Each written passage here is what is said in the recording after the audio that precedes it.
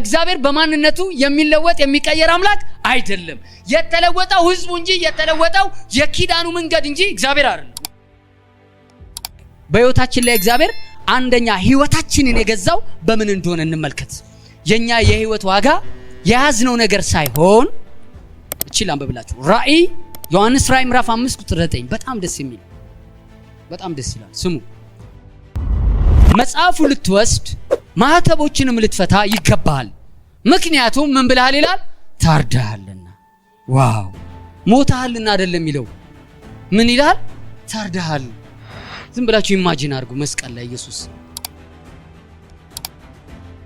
እግዚአብሔርን በትክክል ያስተካከለውና በትክክል የገለጠው ሙሴ አይደለም፣ አብርሃም አይደለም፣ ያዕቆብ አይደለም፣ ንጉስ ዳዊት አይደለም፣ ነቢያቶች አይደሉም። እግዚአብሔርን በትክክል ያብራራውና የገለጠው ማን ነው ስትሉ እግዚአብሔርን ያየ አንድስ እንኳን የለም። በሱ እቅፍ የነበረው ኢየሱስ መጣና ምን አደረገው ይላል? ተረከው። ተረከው ማለት አብራራው።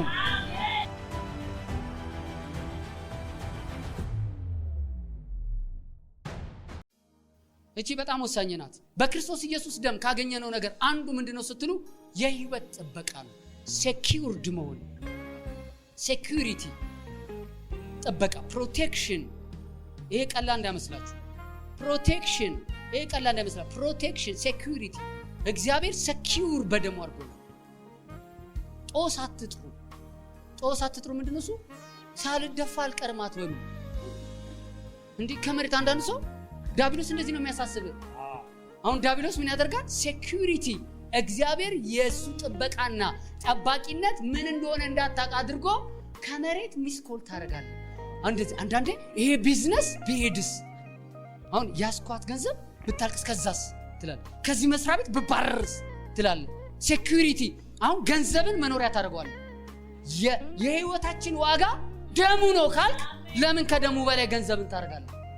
ለምን ደሙ? ቤትን ፕሮቴክት የሚያደርገው የእግዚአብሔር እጅ እንጂ ያንተ ደሞዝ አይደለም። አሜን። እግዚአብሔር በራሱ ስሙ ምንድነው? እሱ አቅራቢ ነው። እስቲ አቅራቢ ነው በሉ። ራቁትን መተ እግዚአብሔር ልብስ ሰጥቶ እንደገና ልብስን ይገፋል? ለዚህ እኮ ነው ዝም ብለው ከመሬት ተነስተው የህይወት ጥበቃ እንደሌላቸው ደቀ መዛሙርቶቹ ያስባሉ። ምን እንበላለን፣ ምን እንጠጣለን፣ ምን እንለብሳለን ሲባል እናንተ ጭንቅላት የላችሁም አላቸው። ከልብስ እኮ ምን ይበልጣል አለ? ሰውነት ነው ይበልጣል። ከምትበላው አለ ሰጪው ይበልጣል። ካለበት ቤት ይልቅ ቤት የሚሰራ ወፍን እንኳን ተመልከት አለ። አትዘራም አታጭድም፣ ግን አምላኳን ተማምና የሆነ ቅጠል ላይ ቤት ሰርታ ትኖራለች። የሆነች ቅጠል ላይ ቤት ሰርታ ጎጆ ሰርታ ትኖራለች። የሰማይ ወፍ እግዚአብሔር እንደዚህ ከተንከባከባል። እግዚአብሔር የወፎች አባት አይደለም፣ የወፎች አምላክ ነው። የእናንተ አባት እስቲ የኔ አባት በሉ። የእናንተ አባትማ እንዴት አብልጦ ምን አያደርግም? አያቀርብም። ብቻ እናንተ መንገድ ቀይሩ አለ። አስቀድማችሁ ጽድቅና መንግስቱን እሹ፣ ሌላው ነገር ምን ያደርጋል? ሴኩሪቲ፣ የገንዘብ ሴኩሪቲ። ከደሙ በላይ ገንዘብ አታርጉ፣ ከደሙ በላይ እውቀት አታርጉ። የዓለም ቴክኖሎጂ የሰውን ጤንነት መመለስ አይችልም። አይገርምም? በፍጹም። የእግዚአብሔር አንድ ቃል እኔ አምላክ እግዚአብሔር ፈዋሽ ነው የምትለው ቃል የበሽታን አቅም ትደመስሳለች። በመገረፉ ቁስል ተፈወሳችሁ የምትለው ቃል ጤንነትን ትመልሳለች። ፈዋሽ እግዚአብሔር ብቻ ነው። ሴኩር ጤንነታችሁን የሚመልስ እግዚአብሔር ብቻ ነው። በዶክተር እንትና ትታመናል እንዴ? እዚህ ሀገር በጣም የተለየ እጁ የተባረከ አትበል። የተባረከ እጅ ያለው እግዚአብሔር ብቻ ነው። ኢኮኖሚ እየቀነሰ የሰው ኃይል እየደከመ በመጣበት ዘመን ላይ የህይወት ሴኩሪቲ፣ የህይወት መጠበቅ ያለው በእግዚአብሔር ደሙ አንደኛ ወደ ህይወታችን የመጣው ሴኩር ያደርጋል። ምን ፕሮቴክት ያደርጋል። አንዱ እግዚአብሔር ምን ስለሆነ አቅራቢ፣ የገንዘብ አቅራቢ ነው፣ የጤንነት አቅራቢ ነው፣ ሁሉ ነገር በቃ የውሸት አይደለም። በቃ ሊሊም ዘምሮ የውሸት መሰለች የሆነች እኮ ነው። ትቼለታለሁ የኔን ጉዳይ ትቼለታለሁ። እኔ ሴንስ መቶ ማለት መስጠት ማለት መቶ ማለት መስጠት ማለት አሁን የተሸከሙ ትቼለታለሁ። አንተ ኃይልን ስጠው፣ እውቀትን ስጠው፣ ጥበብን ስጠው። ለእግዚአብሔር ስትሰጠው እግዚአብሔር ያንተን ነገር ይሞላል። አንተ ያንተን ነገር ይዘህ እግዚአብሔር እንዴት ይሰራ? ዛሬ አሁን ደሙ ሲመጣ ሊንከባከበን ነው። በሽታን ስጠው፣ ድህነትን ስጠው፣ ችግርን ስጠው። እግዚአብሔር በዚህ ደምና በዚህ ስጋ የኔና ያንተን ታሪክ መቀየር ይጀምራል። ዋጋችን የክርስቶስ ደም ነው። ሴኪዩር ያደርገናል። እችን ቃል አንብብና ልጨርስ።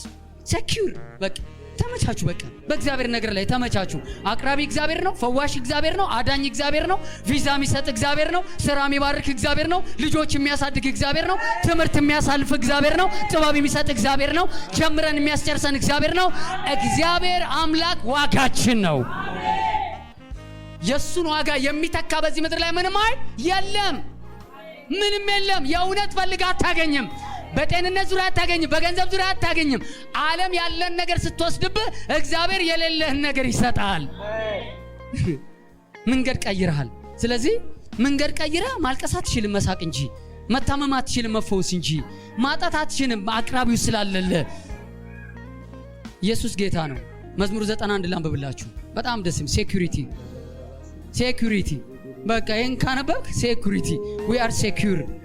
በቃ ኤቭሪቲንግ በህይወታችን ላይ የሚመጡ ነገሮች ሁሉ ለመጠበቅ ምክንያታችን ነው። ስለዚህ ዛሬ የጌታን ራት በምትወስዱበት ጊዜ እጅ አውጡ እንደዚህ ዋና ጋስቴድ ዋና ዋኝታችሁ ታውቃላችሁ ወይስ ዋና ጋር ሄዳችኋል? መዋኘት የማይችል ሰው ምንድነው የሚያደርገው? መዋኘት የማይችል ሰው እየሰመጠ ካለ ያለው እድል ምንድነው? እሱ እጅ ማውጣት ብቻ ነው። እጅ ሰዋታ ሄልፕሚ እየሞትኩ ነው። ከዛ ላይፍ ሴቨሩ ይመጣና እልም ብሎ ይመጣና እቅፍ አድርጎ ያወጣል። አሁንም ቢሆን አንተ ኢኮኖሚ ከነገበ ጌታው እንደ አብርሃም እጆቼ ወደ አንተ ምን አደርጋለሁ? እዘረጋለሁ። ኢኮኖሚ እንዲካልኝ፣ ኑሬን ቀይርልኝ፣ መንገዴን ምራልኝ። አሜን። ዛሬ ይሄ እውነት የገባው ሰው ታሪኩ ይቀየራል። ስለዚህ በደሙ አንተ እጆችን አንተ ነገርህን ለመቀየር ከእግዚአብሔር ጋር ዛሬ ኪዳኑን እግዚአብሔር እንደሚፈጽም ካመን ታሪክ ይቀየር። አትታገል። እጅን አውጣ። ደክሞሃል፣ እጅን አውጣ። አትችልም፣ እጅን አውጣ። እግዚአብሔር ካንተ ጋር ሆኖ የማይታደሰውን ያድስልሃል። አላልቅ ያለውን ይጨርስልሃል። የገደበን ነገር ያፈርስልሃል። እግዚአብሔር ያመፀውን ነገር ያስተካክልልሃል። ስለዚህ አንዱ እግዚአብሔር በቃ ይሄ የታላቁ የዳዊት የንጉሥ ዳዊት ጸሎት እኮ ነው። መንግስቱንና ልጆቹን ቤቱንና ትዳሩን ዘመኑንና ጊዜውን ለእግዚአብሔር ነው የሚነግረው። በሹክሹክታ የሚነግረው ይመስለኛል። ይሄንን ሲነግረው ለእግዚአብሔር በጆሮ የሚነግረው ይመስለኛል። ታላቅ ጸሎት ነው። ስሙኝ። በልዑል መጠጊያ የሚኖር ሁሉን በሚችል አምላክ ጥላ ውስጥ ያድራል። ሁላችን በእግራችን እንቆምና ይሄን ቃል እናነባለን። ሁላችን ይሄን አንብበን ነው ሴኩርድ። በቃ ዛሬ ነገር ይቀየራል። አይ ቢሊቭ ዛሬ መንገዳችን ላይ ያለው ህይወት ያገኘናል። ማዲጋሳ ተከራሻ ተከረባስ ራባሽን ደረጋሳ ለደጋሳታ ማሳካላ ረደጋሳ ተከረባሽ ዛሬ ነገር አጀስ ይሆናል። ሰላም ይሆናል። ጤንነት ይሆናል። በረከት ይሆናል። መፈወስ ይሆናል። መታደስ ይሆናል። ነፃ መውጣት ይሆናል። ዛሬ በኢየሱስ ስም ዛሬ አልሰራ ያለ ነገር ይሰራል። አልስቅ ያለ ህይወት ዛሬ ይስቃል። የደበዘዘ ላይፍ ዛሬ ይገለጣል። እግዚአብሔር በማዳኑ ዛሬ ይገለጥልናል። ርራው ይገለጥልናል። በደሙ ዛሬ ነገራችንን መልካም ያደርጋል። ሃሌሉያ። እሺ አወጣችሁ፣ ሁላችሁ ተከተሉ። ማይ ጋድ አንብቡ ከኔ ጋር። እንደዚህ ይላል። እኔ በአዲሱ መደበኛ ነው የማወራው። በልዑል መጠጊያ የሚኖር ሁሉን በሚችል አምላክ ጥላ ውስጥ ያድራል። እግዚአብሔርን መጠጊያዬና ምሽጌ የምታመንብህ አምላኬ እለዋለሁ። እርሱ ካዳኝ ወጥመድ ካሰቃቂ ቸነፈር ያድነኛል። በላባዎቹ ይጋርደኛል። በክንፎቹ ጥላ ስር መሸሸጊያ አገኛለሁ። ማይ ጋድ ታማኝነቱና ጋሻ መከታ ይሆነኛል። የሌሊት አስደንጋጭነት ወይት ይላችሁ። የሌሊት ምንድን ዛሬ ዝም ብላችሁ የሌሊት አስደንጋጭነት። አንዳንዴ ከአራት ሰዓት በኋላ ታውቃለህ እንቅልፍ አይወስደኝም የሚል ሰው ከአራት ሰዓት አንዳንዴ ተኝቼ ደግሞ ማላየው የለኝም ዝም ብዬ ጦጣ፣ ዝንጀሮ፣ እባብ ምናምን የሚል አስደንጋጭ። ዛሬ እውነት ህልማችንንና መኝታችንን የሚቀይር መንፈስ ይመጣልናል። ተኝተን በኢየሱስም ትልልቅ ራእይ እናያለን። ነግደን ስናተርፍ እናያለን። እንደዛ እኮ ነው የሚለው። እንደዛ አይደል የሚለው? የሌሊት አስደንጋጭነት፣ በቀን የሚወረወር ፍላጻ አትፈራም። በጨለማ የሚያደባ ቸነፈር፣ በቀትር ርፍራፊው አያሰጋም። ባጠገብህ 1000 በቀኝህ 10,000 ይወድቁላል፣ ወደ አንተ ግን አይቀርቡም። ፕሮቴክሽን። እስኪ ወደኔ በሉ እስቲ ወደኔ ክፉ ነገር አይቀርብም። ኮንፌስ አድርጉ። ወደኔ በሉ እስቲ ክፉ ነገር አይቀርብም። ወደኔ የሚቀርበው በረከት ነው። ወደኔ የሚቀርበው ሞገስ ነው። ወደኔ በሉ እስቲ ከፍታ ነው። ወደኔ ህይወት ከዛሬ ቀን ጀምሮ የተለየ የምስራች ነው። በኢየሱስ ስም እንዳፋችሁ ይሆንላችሁ። በኢየሱስ ስም ወደ እናንተ መልካም ነገር ይቅረባችሁ። ወደ እናንተ በጎ ነገር ይቅረባችሁ። እምቢ በተባለበት ቦታ በጎ ነገር ይቅረባችሁ። ስለዚህ መክሰፍት አለ ወደኔ ምን ያደርግ ማለት አይቻልም። አይ ኔቨር መክሰፍት ልጆቻችን ያገኙ። መክሰፍት ስራችንን አያገኝም። እንነግዳለን፣ እናተርፋለን። ትምህርት ቤት እንሄዳለን፣ እንመረቃለን። ህይወት እንጀምራለን፣ እንለመልማለን። እኛን ግን ይህንን ህይወት ሊያቋርጥ የሚችል መክሰፍት አለ በእኔ ቤት ላይ አይሆንም፣ አይቻልም። መንገድ ቀይሬያለሁ። በመንገድ ውስጥ ደሙ ስላለ ደሙ መክሰፍት አያስገባም፣ መርገም አያስገባም። አያለሁ በኢየሱስ ክርስቶስ እውነት I believe ዛሬ ትንሽነትን አትመልከቱ። ዛሬ በእንትን ተመታው፣ በእንትን ተጎዳው፣ በእንትን ቆሰልኩ የምትል መክሰፍት ወደ እናንተ ምን አያደርግም? አይቀርብም። እንትን ጀምሬ አይቻልም። እንትን ጀምሬ አልሆንም። ዛሬ ግን የጀመርነው ነገር ይቀጥላል። ያሰብነው ነገር ይከናወናል። ከዛ ሳነብ እንደዚህ ይላል፣ በአይነ ብቻ ትመለከታለህ የክፎችን መቀጣት። የሆነ ችግርን ስታስቡ ከሰው ጋር ታያይዙ። የችግር ምንጭ ማነው? እሱ ክፉ ብቻ ነው።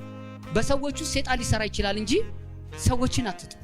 ብለስ አርጉ። መጽሐፍ ቅዱስ ሲናገር ባርኩ እንጂ ምን አትበሉ ይላል፣ አትርገሙ። ባርኩ እንጂ ምን አትበሉ፣ አትርገሙ። የምትወስደውን ደም በምትናገሩት ቃል አታርክሱ። ያ ማለት ምን ማለት ነው?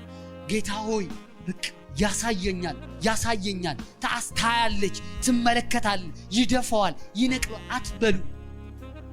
የእግዚአብሔር የምህረት እጅና የበጎነቱ እጅ የእግዚአብሔር አሰራር አይሰራም። ከርስ አታርጉ። በአንደበታችሁ ዛሬ ባርኩ። እስቲ አንድ ቃል ልስጣችሁ፣ አንድ ቃል ከኔ ጭምር ልስጣችሁ። አይናችሁን ጨፍኑ። ዛሬ ወደ ህይወታችሁ ወደ ኑሯችሁ የመጡ ጥያቄዎች ካሉ ባርኩ። እወደዋለሁ በሉ፣ እወዳታለሁ። ተቋም ከሆነ ተቋም እወደዋለሁ። እንኳን ጎዱኝ እወዳቸዋለሁ። እንኳን አሳዘኑኝ እወዳቸዋለሁ፣ እባርካለሁ። እኔ የምባርክ ነኝ እንጂ ምረግም አይደለሁም። እኔ አንደበት ላይ በረከት አለ። አገሬ ትባረክ፣ ምድሬ ትባረክ፣ ህዝቦች ይባረኩ፣ ጎረቤቶች ይባረኩ፣ ጓደኞቼ ይባረኩ፣ አገልጋዮች ይባረኩ፣ የምወዳቸው ይባረኩ፣ የምናፍቃቸው ሰዎች ይለምልሙ፣ ከመልካም ነገር አይጉደሉ፣ ያንተ ደግነት ያገልግላቸው። በጌታ በኢየሱስ ስም ባረክን። ከዛስ በኋላ እንደዚህ ይላል፣ እንደዚህ በአይነ ብቻ ትመለከታለህ የክፉዎች መቀጣት ታያለህና እግዚአብሔርን መሸሸጊያዬ ልዑልን ምንድን ፕሮቴክት። በቃ ልዑል ምን ያደርገኛል? ፕሮቴክት መጠጊያዬ አድርጌዋለሁ። ክፉ ነገር አያገኘኝም፣ መቅሰፍት ወደ ድንኳኔ አይገባም። በመንገድ ሁሉ ይጠብቁ ዘንድ መላእክቱን ስላንተ ምን ያደርጋል አለ። በቃ እነ ገብርኤል እነ ሚካኤል ለአንተ ምን ብለዋል? ታዘዋል። አንተን ከድንጋይ ጋር እንዳትጋጫ እኔን እንዳይባልልህ ያ እኔን የሚባለው ድምፅ አይመጣ፣ በእጆቻችሁ እንቅፋት እንዳይመታ ያነሰዋል። እንደዛ ነው የሚለው። እንደዛ እኮ ነው። በመንገድ ሁሉ ይጠብቁ ዘንድ መላእክቶችን ስላንተ ያዛቸዋል። እግር ከድንጋይ ጋር እንዳይጋጭ በእጆቻቸው ወደ ላይ ያነሷል። በአንበሳና በፍኙት ላይ ትጫማለህ፣ ደቦል አንበሳውን ዘንዶ ትረግጠዋለህ።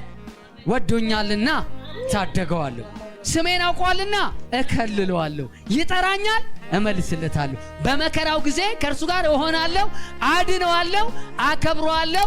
ረጅም ዕድሜ በቅንፍ 120 ዓመት እኔ ልጆቼ በኢየሱስ ስም በእናንተ ቤትና በእናንተ ዘር ማንዘር በጌታ በኢየሱስ ስም የህይወት ዕድሜን የሚቆጣጠር ክፉ ነገር ሁሉ የተነቀለ ይሆን። አልቅሰን የምንሸኘው ሳይሆን ስቀን የምንሸኘው ትውልድ ይበዛል። ዕድሜ በኢየሱስ ክርስቶስ ስም ፈልገ ሳይሆን ፈልጎ ያገለግላል። ተንቀሽቅሸን የምንሄድበት ጌታ አይደለም፣ ዕድሜያችንን ያረዝምልናል። መቅሰፍት ወደ ቤት ምን ያደርግማል? አይገባም። እኔ ስሙ መጥራት ስለማልፈልግ ነው። የማንወዳቸው በሽታዎች ለዘላለም አያገኙንም። ኩላሊታችን በሰላም ይሰራል፣ ልባችን በሰላም ይሰራል፣ አይምሮአችን በሰላም ይሰራል፣ ቁርጭምጭሚታችን አጥንታችን በሰላም ይሰራል። ረጅም ዕድሜ ያጠግባሉ። ያ የምትወደውና የምታከብረው ሙሴ ምን ይላል መጽሐፍ ቅዱስ? ሙሴም ዕድሜው 120 ዓመት ነበር ይልና በጣም ይገርመኛል። አይኑ አልደከመም፣ ጉልበቱ አልዛለም ይላል። ያ መንፈስ በኢየሱስ ስም አገለገለን። ያ ቅባት በኢየሱስ ስም አገለገለን። እና ዳጋሳ ታካስ የሚለመልም አካል፣ የሚለመልም ሰውነት፣ የሚጠነክር አጥንት፣ የሚጠነክር ሰውነት። ይሄን ደም ስትወስድ እሱ ነው የሚነግርህ። እሱ ነው የሚሰረዝ። አሁንማ እርጅና እየተጫጫንን ነው ካልክ ይኸው ዲያብሎስ ምርኩዝ ይሰጣል። ምርኩዝ ነው የሚሰጥህ። ወገቤ ይዞኛል። በአንተ ወገብ ላይ የሚሰራ የእግዚአብሔር ጤንነት አለ። ወገቤማ በኢየሱስ አንተ እንደ 18 ዓመት ወገቤ ሄጄ ገና ምን አደርጋለሁ እሰራለሁ። ሻዳጋዝ ምኞቴንና መልካም ሐሳቤን እየነገርኩ መስሎ ከታየ ተሳስተሃል። ሙሴም በ120 ዓመት አይኖቹ ምን አልደከሙ፣ ጉልበቱ ምን አላደረገም፣ አልዛለም። 120 ለዚህ ነው ዳዊት ሲናገር ምን አለ?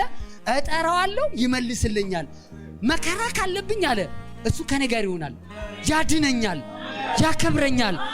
እሱ ደግሞ አለ ረጅም ዕድሜ ያጠግበኛል፣ ማዳኑን ደግሞ ምን ያደርገኛል? ማዳኑን ያሳየኛል። ማለት እየባረከ ይባርከኛል፣ እየፈወሰ ይፈውሰኛል፣ እያጸደቀ ያጸድቀኛል። እግዚአብሔር የቤት ቁጥሬ ማዳኔ ነው። ስለዚህ መዝሙረ ዳዊት ምዕራፍ 91 የህይወታችን ፕሮቴክት ነው። መክሰፍት ወደ ቤት ምን ያደርግም። ስለዚህ የሆነ ነገር መጣ ብዬ ካንፈሬን የምጥልበት ምንም ምክንያት የለኝም። የሆነች ነገር ጎደለች ተብለው እማግሮመረምበት ምንም ምክንያት የለም። እግዚአብሔር ከኛ ጋር ስለሆነ፣ ደሙ ከኛ ጋር ስለሆነ ሪዲም እንዳደረገን፣ ከጨለማ አገዛዝ ታደገን፣ ከመርገም አስመለጠን፣ ቀስት ከያዘው ከዲያብሎስ ሰወረን። ኔቨር በቃ መንገዴ ምን ብሏል? በቃ የተሰወረ መንገድ ነው። የሚሄድበት ቦታ ሁሉ ቶሎ የሚደርስበት እንጂ ዘግይቶ የሚደርስበት አይደለም። ኢየሱስ ጌታ ነው።